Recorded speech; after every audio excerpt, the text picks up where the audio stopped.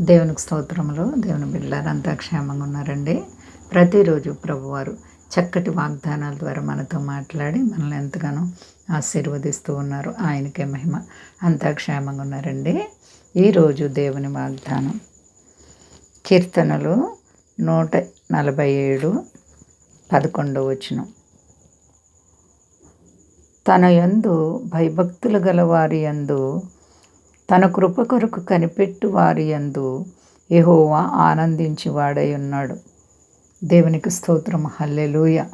ఎంత గొప్ప దేవుడో చూడండి.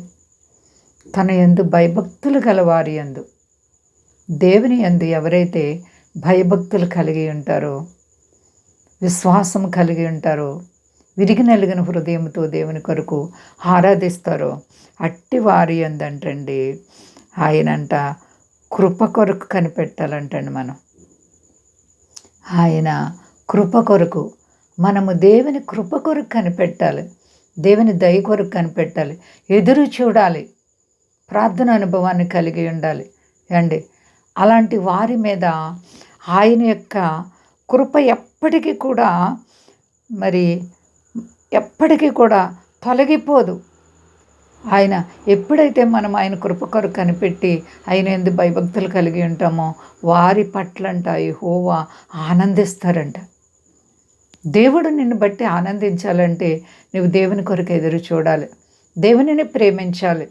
కష్టకాలంలో కూడా దేవుని కొరకు ఎదురు చూడాలి.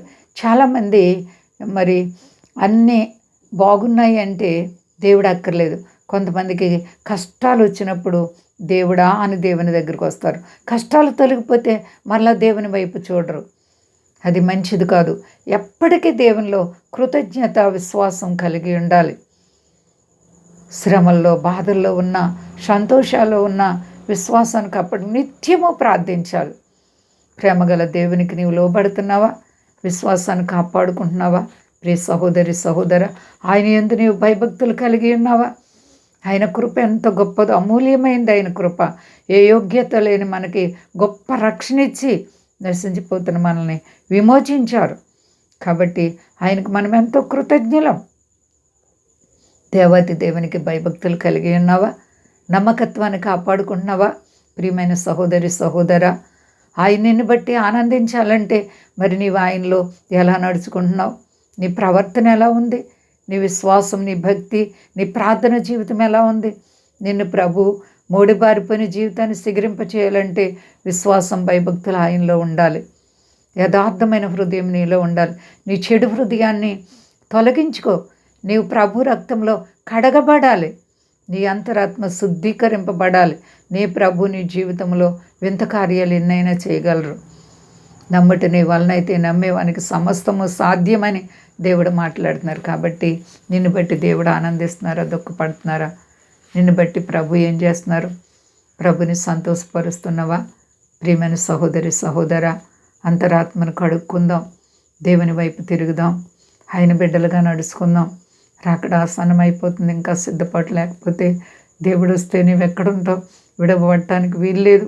అందరమే ఎత్తబడాలి. రాకడ సమీపం అవుతుంది. సిద్ధపడదాం. అంతా క్షేమంగా ఉన్నారండి. ప్రార్థించుకుందాం. ప్రేమ నమ్మకమైన మా యేసయ్య గొప్ప దేవుడికి మా తండ్రి, నీ ప్రేమను బట్టి మిమ్మల్ని స్తుతిస్తున్నాం. మా దేశాన్ని, దేశ నాయకులను కాపాడండి. మా దేశ ప్రజలందరినీ రక్షించండి. మీ దాసురాండ్రను కాపాడండి.